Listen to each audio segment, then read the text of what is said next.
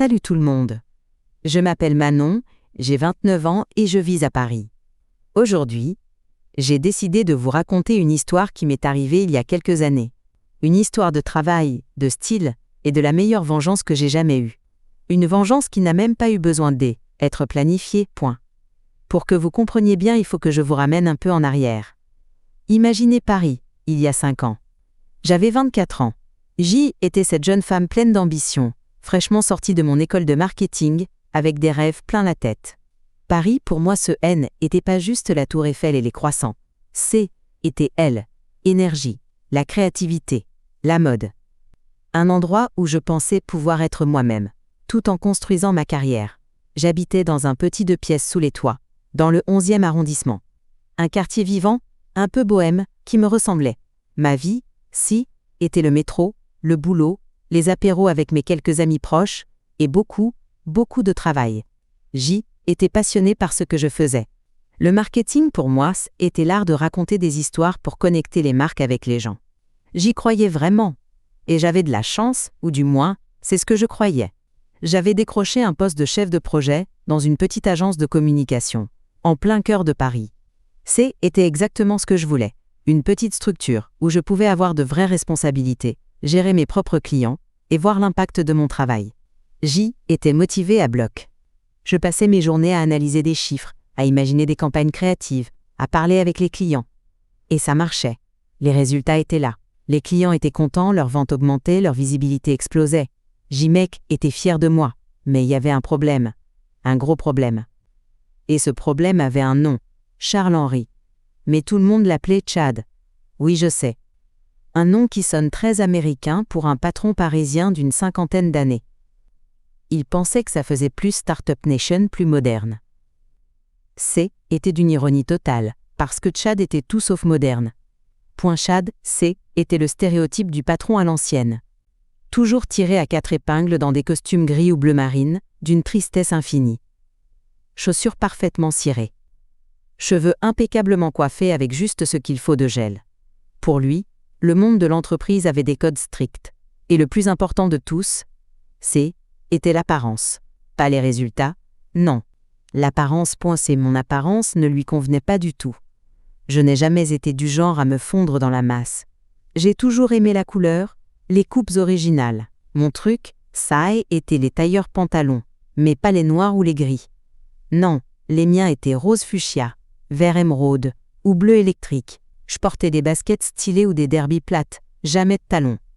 Et j'ai des tatouages. Pas des trucs énormes, mais des dessins assez visibles sur mes avant-bras, qui racontent des bribes de mon histoire. Mon style, c'est que t'es ma façon de dire au monde qui J était créative, un peu artiste, et surtout, authentique. Au début, les remarques de Chad étaient subtiles. Des petites piques lançaient l'air de rien.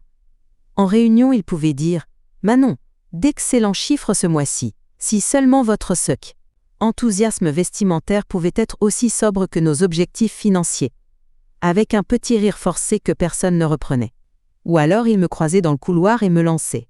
« Encore en basket, Manon? Vous n'avez pas peur de vous faire mal aux pieds avec tout ce confort ?» Point. C était humiliant, mais j'encaissais. Je me disais que mes résultats finiraient par parler d'eux-mêmes.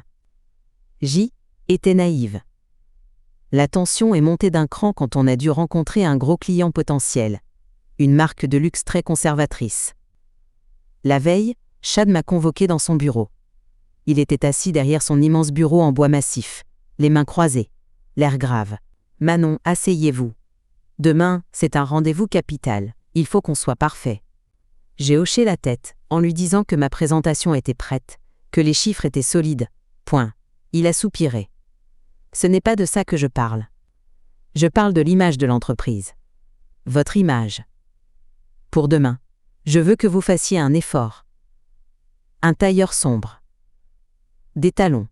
Et trouver un moyen de cacher ça, dit-il en faisant un vague geste en direction de mes bras. J'y étais sidéré. Il voulait que je me déguise. Que je devienne quelqu'un que je haine. Était pas. J'ai essayé de discuter, de lui expliquer que les clients me connaissaient comme ça, que mon style n'avait jamais posé problème. Sa réponse a été glaciale. Ce n'est pas une discussion, Manon. C'est une instruction. Ce jour-là, je suis rentré chez moi le cœur lourd. Je me sentais nulle. J'avais l'impression que tout mon travail ne valait rien face à un code vestimentaire stupide. Le lendemain, j'ai fait un compromis. J'ai mis une chemise à manches longues pour cacher mes tatouages et un pantalon noir, mais j'ai gardé mes derbies. Était ma petite rébellion silencieuse. Le rendez-vous s'est bien passé. Mais en sortant, Chad était furieux. Il m'a prise à part et m'a chuchoté, le visage crispé de colère. Les chaussures. Je vous avais dit des talons. Vous êtes incapable de suivre une simple consigne. Vous manquez de professionnalisme. Une semaine plus tard, été convoqué de nouveau. Le couperet est tombé. Il n'a même pas tourné autour du pot. Manon, ça ne va pas pouvoir continuer. Votre style va nuire à l'entreprise. Nos clients attendent une image impeccable, polie. Quelque chose que vous ne représentez pas. J'ai tenté de me défendre, de parler de mes résultats, des clients satisfaits. Il m'a coupé net. Les résultats ne font pas tout. L'image, c'est la clé. Et la vôtre n'est pas la bonne. J'ai été licencié. Pour mes vêtements et mes tatouages. Pas pour une faute professionnelle, pas pour de mauvais résultats. Pour mon apparence, je suis sorti de ce bureau complètement sonné. En marchant dans les rues de Paris, j'avais les larmes aux yeux. Était plus que la perte d'un emploi. Était une humiliation profonde. Une négation de qui étais-je là. Mon enthousiasme était brisé. Ma confiance en moi, anéantie. Je me suis senti rejeté par ce monde professionnel que je voulais tant conquérir. Les semaines qui ont suivi ont été un véritable cauchemar. J'ai envoyé des dizaines de chevaux. J'ai passé quelques entretiens dans d'autres agences parisiennes. Et partout je sentais le même regard en coin sur mes bras, le même jugement silencieux sur mon tailleur pantalon un peu trop coloré. J'ai commencé à douter de moi. Et si Chad avait raison? Et si je n'étais tout simplement pas faite pour ce monde? L'idée de devoir me ranger dans une case, de porter des vêtements tristes pour plaire à un patron, ça me tuait de l'intérieur. L'argent a commencé à manquer. Le stress montait. Paris, cette ville que j'aimais tant, me semblait soudain hostile et grise. J'étais sur le point de tout abandonner, de rentrer chez mes parents, la queue entre les jambes. C'est là, au fond du trou, que le déclic s'est produit. Un soir, en parlant avec ma meilleure amie, elle m'a dit une chose toute simple. « Mais Manon, si ces boîtes ne veulent pas de toi comme tu es, pourquoi tu veux travailler pour elles? Crée ta propre boîte. » Sur le coup, j'ai ri. Moi? Créer ma boîte? Avec quel argent? Quelle expérience? Était absurde. Mais l'idée a fait son chemin. Lentement. J'ai commencé tout petit. En freelance. J'ai utilisé mes économies pour survivre. J'ai contacté des petites entreprises, des créateurs, des startups, qui n'avaient pas les moyens de s'offrir une grande agence. Et je leur ai proposé mes services. Mon premier client était une jeune marque de bijoux éthiques. La créatrice m'a choisi, et vous savez pourquoi? Elle m'a dit « J'adore votre style. Il est audacieux, il est vrai. C'est exactement l'image que je veux pour ma marque. » Ce fut une révélation, un électrochoc. Mon prétendu défaut, ce que Chad considérait comme un frein était en fait ma plus grande force. Mon authenticité était mon meilleur argument de vente. J'ai compris à ce moment-là que je n'avais plus à essayer de rentrer dans le moule. Je devais construire mon propre moule. Ce fut le vrai point de bascule. J'ai arrêté de chercher un travail. J'ai décidé de le créer. Ma vengeance n'allait pas être de détruire Chad. Elle allait être de construire quelque chose de si brillant qu'il finirait par vivre dans mon ombre. Les 2 années suivantes, j'ai travaillé comme une acharnée. J'ai accumulé les contrats de freelance. J'ai construit un portfolio solide, rempli de projets créatifs et performants. Ma réputation a commencé à grandir, de bouche à oreille. On ne m'appelait plus seulement pour mes compétences en marketing, mais pour ma vision. Pour mon style. Finalement, j'ai sauté le pas. J'ai officiellement créé ma propre agence de branding. Je l'ai appelée Audace. Était tout un symbole. J'ai loué un petit bureau dans un espace de coworking créatif. J'ai embauché ma première collaboratrice, puis une deuxième. Mon agence ne ressemblait en rien à celle de Chad. Les murs étaient colorés, on écoutait de la musique, les idées fusaient dans un chaos joyeux. Et nos clients étaient des marques qui nous ressemblaient, des entreprises qui voulaient de l'authenticité, de la couleur, de la vie. Et on cartonnait. Vraiment. 3 ans ont passé depuis mon licenciement. 3 ans pendant lesquels je n'ai plus jamais pensé à Chad. Il était une relique de mon passé, un mauvais souvenir. J'ai été passé à autre chose. Et puis, un matin, en ouvrant mes mails, j'ai vu son nom. Charles-Henri. L'objet du mail était simple, prise de contact. Mon cœur a fait un bond. J'ai ressenti un mélange de surprise, de mépris et d'une pointe de curiosité malsaine. J'ai laissé le mail mariner dans ma boîte de réception toute la journée. Le soir, je l'ai enfin ouvert. Le message était court, presque comique dans sa tentative de paraître décontracté. Il me félicitait pour le beau parcours de mon agence, qu'il disait suivre avec intérêt.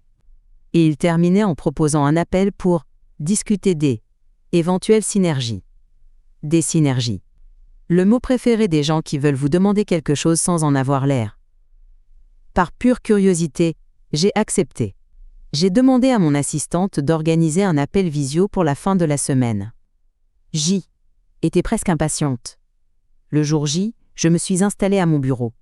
J'ai enfilé mon plus beau tailleur-pantalon, un jaune soleil éclatant. J'ai fait en sorte que mes tatouages soient bien visibles. Quand son visage est apparu sur mon écran, j'ai dû retenir un sourire. Il avait vieilli. Les traits tirés, le sourire forcé. Le costume gris était toujours là, mais il semblait un peu trop grand pour lui. Il a commencé par des banalités, en essayant de prendre un ton de vieux mentor fier de son élève. « Manon, quelle réussite! Je dois dire que j'ai toujours su que vous aviez un grand potentiel. » J'ai gardé un visage neutre. Je l'ai laissé parler. Il a tourné autour du pot pendant 5 bonnes minutes, puis il a fini par craquer. Sa voix a perdu de son assurance. On sentait la panique poindre à des lins. Il m'a expliqué que son agence traversait une période difficile. Que les clients partaient les uns après les autres. Que leur image était perçue comme « vieillotte ». C'est le mot qu'il a utilisé. Vieillotte. Je savourais chaque syllabe. Par curiosité, J était allé voir leurs réseaux sociaux avant l'appel. C était une catastrophe. Des visuels dignes de 2005, des publications sans aucune interaction, un ton corporate à mourir d'ennui. Ils étaient devenus un dinosaure à elle, ère du numérique. Et là, il a abattu sa carte. L'apogée de l'ironie. Écoutez Manon, je sais que nous avons une divergence par le passé. Mais aujourd'hui votre expertise est exactement ce dont nous avons besoin. Votre agence a cette touche de modernité, cette fraîcheur qui nous manque cruellement. J'aimerais vous mandater pour nous aider à redorer notre image. Repenser toute notre stratégie de branding. Je suis restée silencieuse quelques secondes pour le laisser mesurer toute l'absurdité de sa demande. Lui, Chad, l'homme qui m'avait viré parce que mon style allait nuire à l'entreprise, était en train de me supplier de sauver la sienne avec ce même style. J'ai pris ma respiration et avec le plus grand calme, j'ai prononcé les mots que j'avais attendus sans même le savoir pendant 5 ans. Chad, je vous remercie pour votre proposition. C'est flatteur. J'ai marqué une pause. Son visage s'est éclairé d'un peu d'espoir. Cependant, ai-je continué? Mon agence Audace a construit toute sa réputation sur une valeur fondamentale, l'authenticité. Mes clients viennent me voir pour mon approche, pour ma vision, pour mon style. Ce même style que vous jugiez autrefois comme un risque pour votre entreprise. Son sourire a disparu. J'ai conclu avec une voix douce mais ferme, sans la moindre trace de colère. Juste la froideur d'une porte qui se ferme à jamais. Je suis vraiment désolé, mais l'image de votre entreprise, l'image que vous avez mis tant d'énergie à préserver, ne correspond tout simplement plus à la mienne. Je ne peux pas vous aider, je vous souhaite bonne chance.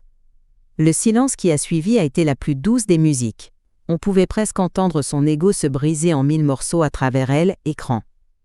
Il a bredouillé quelques mots. Je comprends, puis a mis fin à l'appel. C était le nom, le plus facile et le plus satisfaisant de toute ma vie. Qu'est-il arrivé ensuite? J'ai appris, quelques mois plus tard, par des échos du milieu, que son agence avait fait faillite. Il a dû vendre ce qu'il restait pour une bouchée de pain et a disparu de la circulation.